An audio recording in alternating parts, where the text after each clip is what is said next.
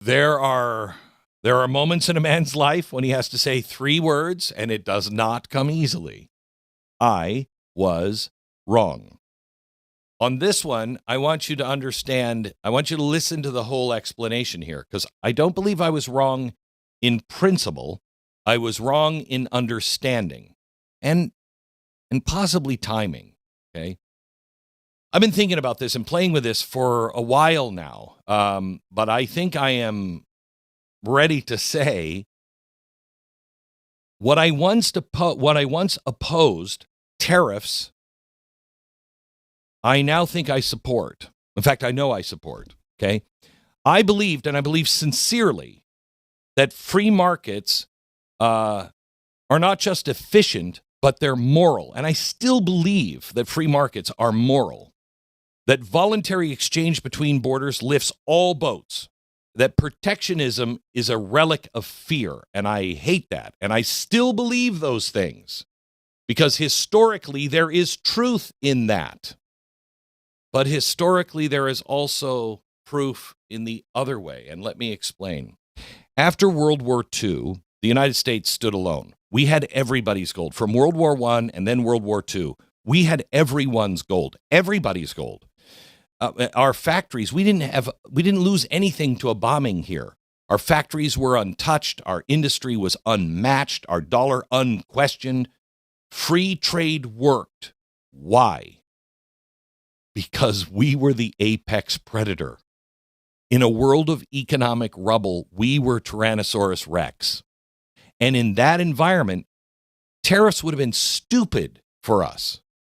Why would we impose tariffs? We wanted the world to buy our stuff. We're an engine. We're just churning stuff up.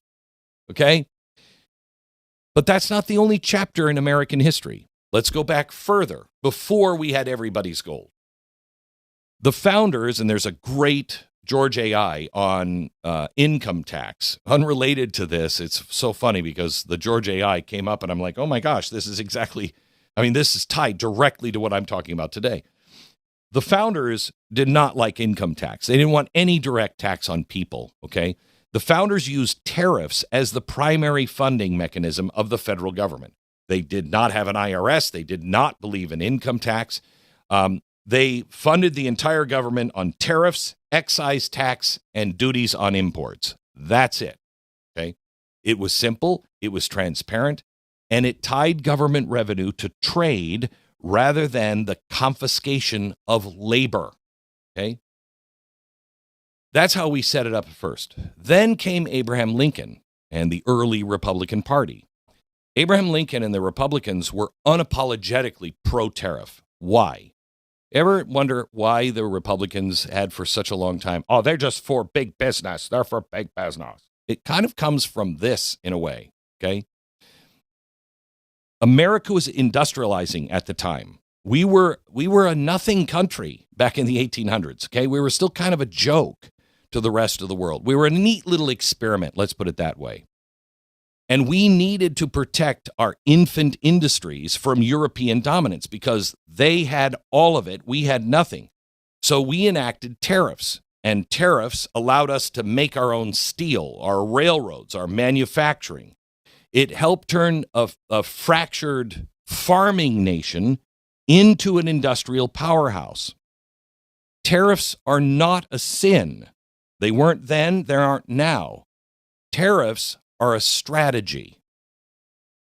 So what happened? Because tariffs were very, very popular from the founding of the country up until 1913. This is when tariffs start to get a bad name. Tariffs, what happened in 1913? Oh, Woodrow Wilson, the Federal Reserve, and the income tax. Okay? Tariffs and income tax. The federal government untethered itself from trade and tethered itself to your paycheck instead. However, it didn't fully untether itself from trade. And this changed everything because by 1930, Smoot-Hawley come in, and they're rightly or wrongly blamed for worsening the Great Depression because tariffs were imposed, and that's protectionism, and it became politically toxic, okay? I believed they were toxic. And one reason why they were toxic, that I now understand, is because they were coupled with high taxes. You cannot have both tariffs and high taxes. I'll explain that in a minute. So after World War II, America dominates the global economy. Free trade is not just workable, it's to our advantage. Okay, you got to start thinking.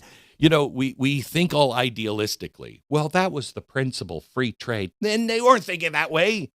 Okay, they don't think that way now. Why? Well, all of a sudden they were pure and like the driven snow back in 1940 or 1950? No.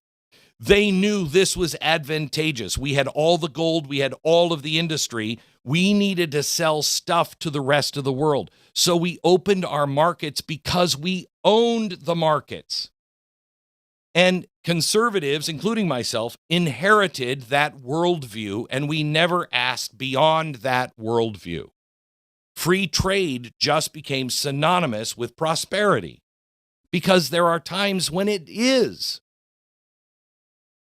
Tariffs become synonymous with stagnation because when you have all of the cards, why would you block your own market? If you're trying to sell to the rest of the world, don't do that, okay? Inflation became the argument ender because that's what I always argue. Well, tariffs are going to raise prices, case closed, okay? But here's what I failed to see. Free trade works when all of the players are playing free. We all know that, right? It works when your trading partners are not subsidizing industries, manipulating currencies, stealing intellectual property, weaponizing supply chains, using slave labor. We've said those things, but it never gets you over the hill. Okay? Here's what got me over the hill. Tariffs or free trade works when you own the markets. But there comes a time when you then have to look at it and say, okay, wait a minute. Now we own the markets, but everybody else has weaponized trade against us. And now we're hollowing out our own industrial base. We're financing our adversaries' rise. We see China, we're funding that. What are we doing? We're hollowing ourselves out and we're funding them. This is insanity, okay? It works when trade is reciprocal. But when it's not, free trade becomes unilateral surrender. And for decades, we told ourselves that cheap goods were proof of wisdom. No, it was just proof of cheap goods. Because while we were getting the cheap goods, our factories closed, our communities were collapsing, our strategic supply chains were all moved overseas. We financialized our entire economy while others were industrializing theirs. And we confused low prices with national strength. I didn't get this. I mean, I've slowly been getting it, but I didn't really understand it until I started to see the world, the bigger picture that Donald Trump is doing with tariffs, okay? Because I believe 2024 was our last call. We were at last call. You either have to change your ways or you're going to die as a nation, okay? Structurally, we have to change. The era of effortlessness, American dominance is over, okay? Unless we rebuild, unless we retool, unless we think out of the box, unless we start new strategies, unless we start saying, wait a minute, this doesn't work. What about we try this? Okay? The lights will slowly and then quickly go out. I have had very long conversations with the president about tariffs. He has been remarkable in his conversations, only because he's been honest. He'll listen to me go on and on and on, and go like, well, Glenn, I've already thought of all those things. I think you're wrong. I'm going to do tariffs. It's been refreshing to have a guy who will listen to you, actually take you seriously, listen, and then say, thought about that, thought about that, thought about that. You haven't changed my mind. Okay? But I didn't understand his vision. I believe because he has the vision to see the world economically as it truly is, but also the vision to see economically, business-wise, how it can be. He understood tariffs are not just punishment and higher prices, okay? You use tariffs strategically as leverage, as negotiation, tariffs as industrial policy without the bureaucracy. Tariffs used strategically, not universally. Tariffs used as a tool to bring trading partners to the table. Tariffs being used to build domestic capacity. When he keeps saying about these $18 trillion, everybody just, they blow it off like it's no big deal. That's $18 trillion. That's just about half of our entire national debt. That $18 trillion is not being given to us. That's foreign countries saying, I'm going to invest and build factories in your country, and I'm going to build about $18 trillion worth of factories. What does that mean? That means jobs. $18 trillion worth of factories. Let's say half of that is true. That's pretty remarkable. You know what that will do? That will rebuild our industrial base, which we hollowed out because we didn't have tariffs. I'd never seen them deployed in the way he's deploying them. You know, I didn't understand the full history of it. The founders did. Lincoln did. Early Republicans did. I think we as a nation understood the other side in the 1940s and 50s, how they could be strategically removed and work to our advantage, but for a limited time. Instead, we married into them and said, universal principle. It's not. Tariffs are not isolationism. Tariffs, now listen to this, because, man, when I thought of this, I thought, oh my gosh, I've always hated two words: nation building. We're nation building. Oh my gosh, my eyes start to hemorrhage when I hear nation building. Right? Well, let me give you another view on nation building. All right, nation building. I've always hated that. You know why? Because those two words always meant we were building someone else's nation at our expense. How many times have you or heard people say, on the left and the right, why are we nation building? Our schools are failing. Our factories are closing. Our streets, our airports are falling apart. Why are we building somebody else's nation? Let's use the money here. To everything, there is a season. We were nation building. That's what we were doing in the 1940s through the 1960s. We were building other nations that had been completely destroyed. So we allowed them to put tariffs. We bought their goods. They did it. We were just open. We sold them our stuff. It was good for us and good for them for a while. But to everything, there is a season. After a while, they caught up. They rebuilt their nations, okay? And we helped them do that. But then we just kept this in place. And by the time we hit the year 2000, China is rising. Russia is weaponizing energy. Our factories, our treasuries, our institutions, all hollowed out, okay? No tariffs, not noble at some point. They become negligent. So this is why I'm reversing myself. Not because I abandon free market. I believe in the free market. But I think I've misunderstood the free market, and to everything there is a season, okay? A true free market cannot exist if your industrial base is gone. And what no tariffs did to us, we did it intentionally, was nation build someone else at our expense. After a while, it hollowed us out, okay? You cannot have a free market if supply chains are controlled by China, adversaries. A free market doesn't exist if your middle class has been hollowed out, all in the name of theoretical efficiency. Tariffs, properly understood, properly used, are not anti-market. They are a defensive tool to restore market sovereignty and to rebuild our nation. Now, when these tariffs are nation building, our nation. You know, and I bought the inflation argument as the strongest valid point. Tariffs raise prices. Yeah, they can. And if you let them stand with high income tax alongside the tariffs, you've got the worst of all worlds. So here's where I want to go further. Tariffs and income tax cannot coexist. Okay? They cannot coexist. Donald Trump talked about this. This is what got me thinking on this part. This is what finally pushed me over the edge. He started to talk about getting rid of the income tax. And I was thinking, okay, let's just play this out here for a second. So let me take you there. As I admit, on tariffs, I've been wrong. I'm reversing myself. I am for tariffs. Let me finish making the case, and we'll take some of your questions as well next.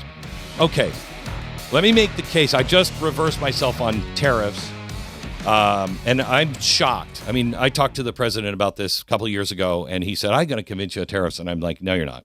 And he's like, Glenn, I think you're going to be a fan. I said, well, it'll be interesting to see, but I do not think so. And it's not conversations with him. It's watching what's happening. And the tipping point for me yesterday was what I talked about in the first hour with India.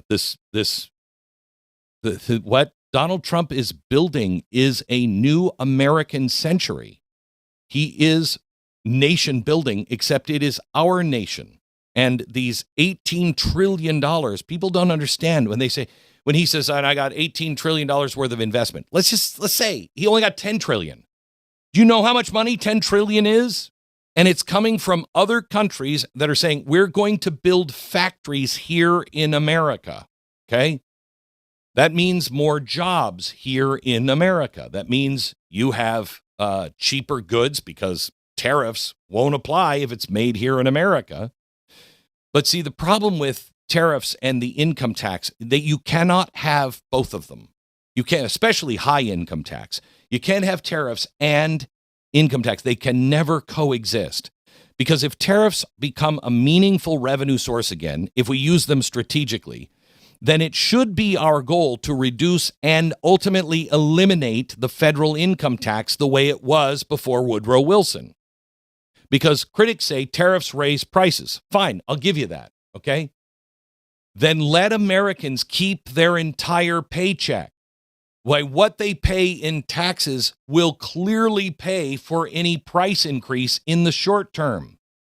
But remember, you're using that money to nation build, two words I hate, not this time because it means we're building our nation. We're rebuilding our industrial base, which means more jobs, and you're going to have more products made here in America. What doesn't receive a tariff?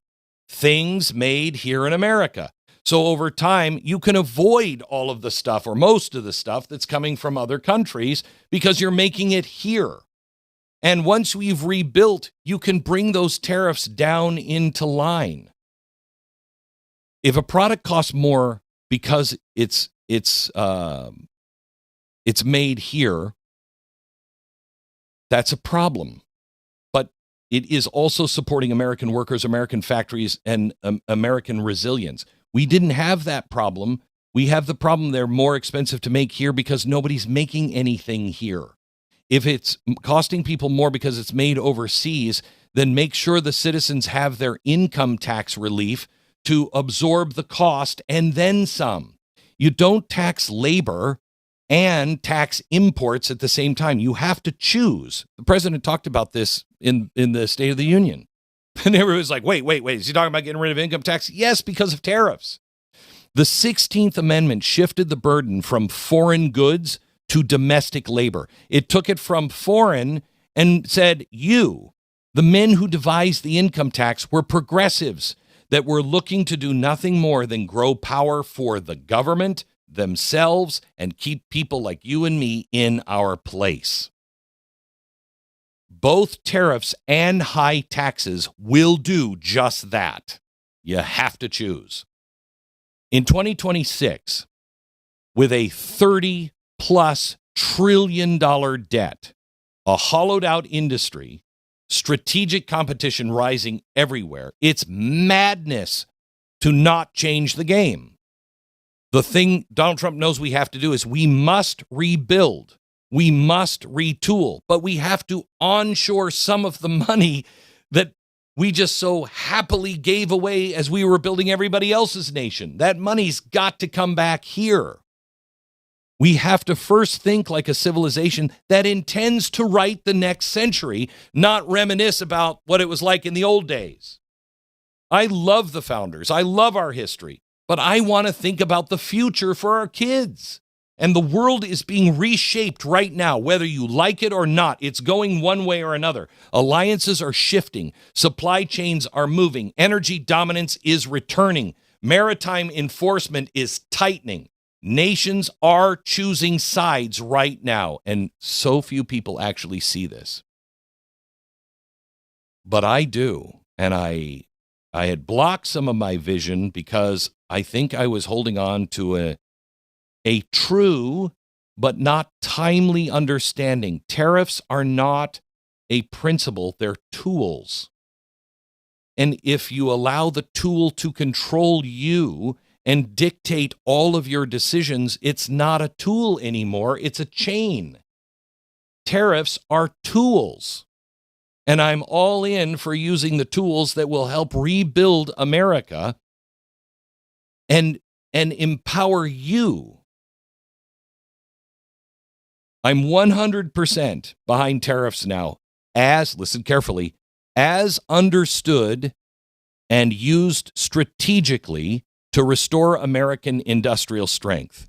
My concern on tariffs is the reason why this is all working is because Donald Trump has this huge vision. He is a businessman. He knows how international business works, and he's speaking the language of business. You get some clown in here again, they'll raise the taxes, they'll raise the tariffs, they'll use them only as weapons. That's not what it is. These are not, they should never be permanent walls. They're used as leverage, as scaffolding, and as a tool that buys us time to rebuild our own house. We have tried global utopianism. We've tried managed decline. We've tried pretending, economics is divorced from power. That's all over. It's all over. All over. The era of managed decline is over.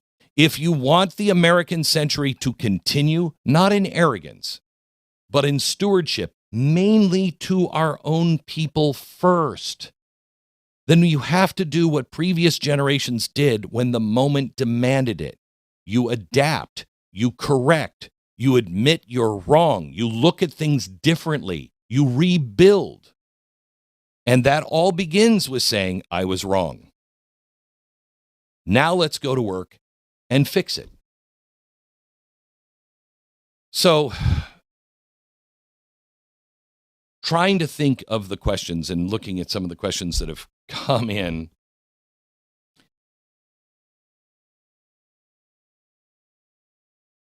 Let me answer just a couple of things.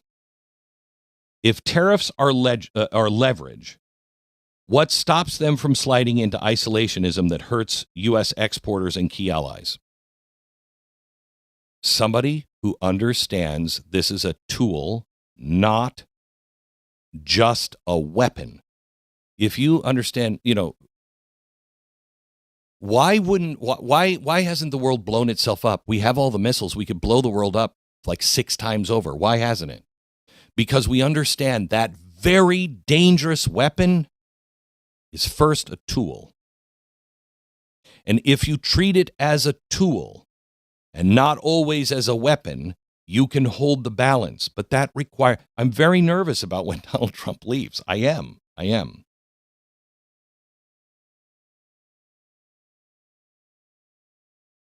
But we are in a place now where we absolutely have to rebuild our nation. And the world, honestly, the world is counting on us to. Who else is doing it? Who else is rebuilding the West? Name another powerhouse that is doing it. China's not. Russia's not. Europe's not. What country is leading the whole world that the world can follow and say, yeah, we're going to try something different. We're going to do an American experiment again. We're going to try actual freedom, and we're going to rebuild the nation states, because tariffs, I think, have just been a Trojan horse for globalism. The lack of tariffs. this free trade, which I believe in free trade, but it's utopian in many ways. It has to be free on all sides. It's what we should all be shooting for. But we also have to recognize the world we're living in. There's nobody that's going to rebuild this world. And this is why next I have to talk to you about the start of the Save America Act. John Thune is going to be a problem. John Thune is a problem. He is going to undo everything that good senators are trying to do that Donald Trump is trying to do on the Save America Act. And he's doing it because, quite honestly, he's lazy. Either that or he'll stand and clap, but he's part of the other side that was sitting on their hands the whole time 2 nights ago. Because there's no reason honestly, let's make sure everyone has ID to vote. It's 81% or 85% across the board in America, okay? It's like 80% approval. That's when somebody says, well, I don't know. That's when Donald Trump in the speech would have looked at them and said, what the hell is wrong with you? How can you not be for that? Did you just hear everybody else? This is common sense. Everybody is saying this. What's wrong with you? I have to ask that of John Thune. What is wrong with you? What is it you think you know that we don't know? What's more important than making sure that we have a secure vote? What is it? Explain yourself. Make the case. But the case they're making is, well, this changes the filibuster. No, the Democrats changed the filibuster. This is going back to the original. Did you ever see Jimmy Stewart Mr. Smith goes to Washington with Jimmy Stewart? That's what they're talking about doing. Make them stand up. Look at what happened when Donald Trump said, stand if you agree with this. Stand. What happened? America saw the Democrats in a completely different way. Why would we not use that exact theory right now?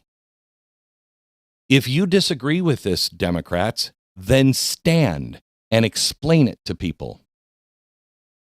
Explain it. Take all the time you want. You need a month? Take a month. They won't last a month. They will not last a month. They won't last 2 weeks because people will see that what happened at the State of the Union. America will be forced to see, oh my gosh, what are they defending?